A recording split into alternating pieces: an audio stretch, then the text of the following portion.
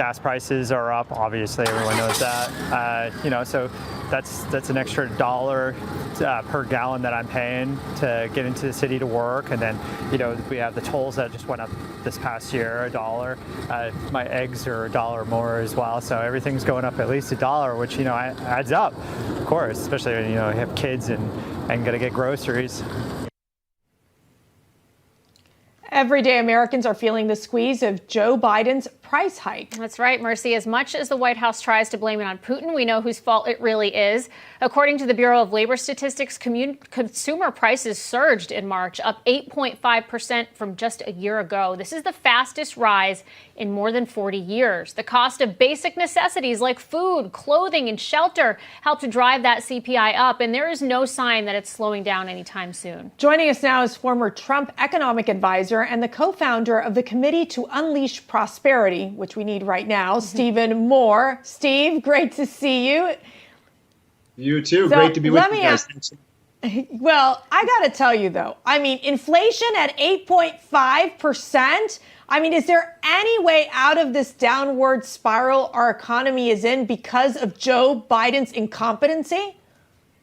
Well, if you just look at that chart that you just put up, showing the monthly rise in the gas price, in the inflation rate, you can see from that chart that the inflation rate was going way, way up long before Putin invaded Ukraine. So, yeah, this chart, right. You can see this on your screen. So look at that. It goes up and up and up and up. And by the way, that starts in March of 2021. If you go back to January of 2021, the inflation rate was, as you guys know, the last month that Trump was in office, it was less than 2%. So how do you go from 2% to 8.5% inflation in 14 months? You have to be incredibly incompetent to do that. And you can see also from that chart that the inflation rate was going up every month long before the invasion. So to call this Putinflation is wrong. This is Biden inflation.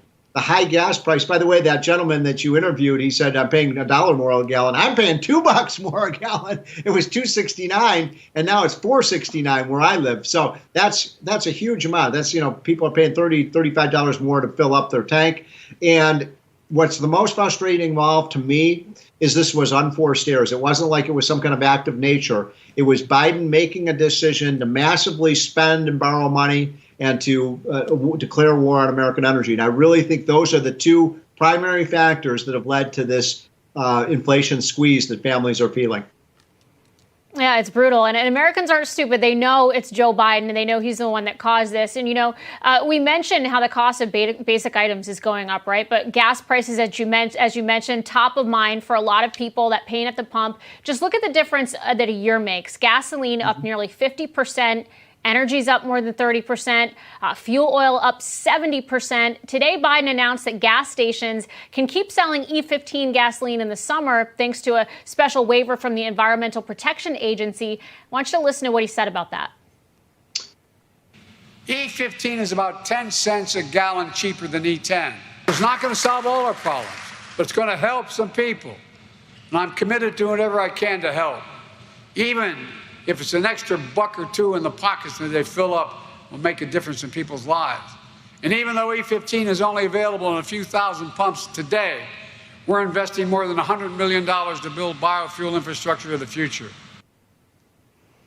So he admitted that the fuel is only available in a few thousand pumps. And according to the fact sheet the White House put out about this, E15 gas is only available at 2,300 pumps nationwide. But the American Petroleum Institute says there are more than 150,000 fueling stations across the country. Steve, is this even going to make a dent? No.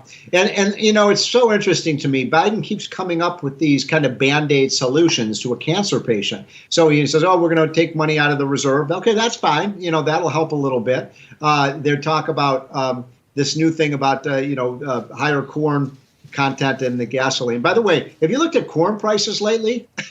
Corn prices are through the roof.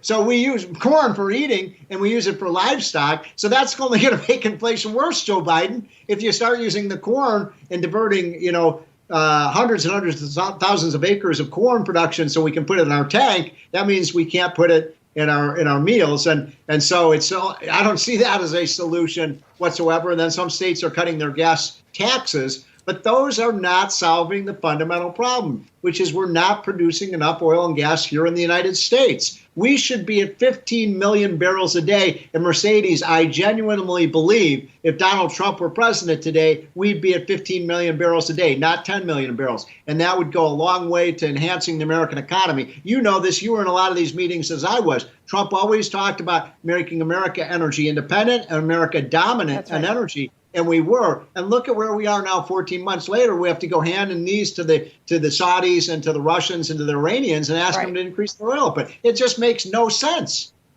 It's just shameful. And I got to tell you, bring back the Trump economy. Stephen Moore, thank you so much.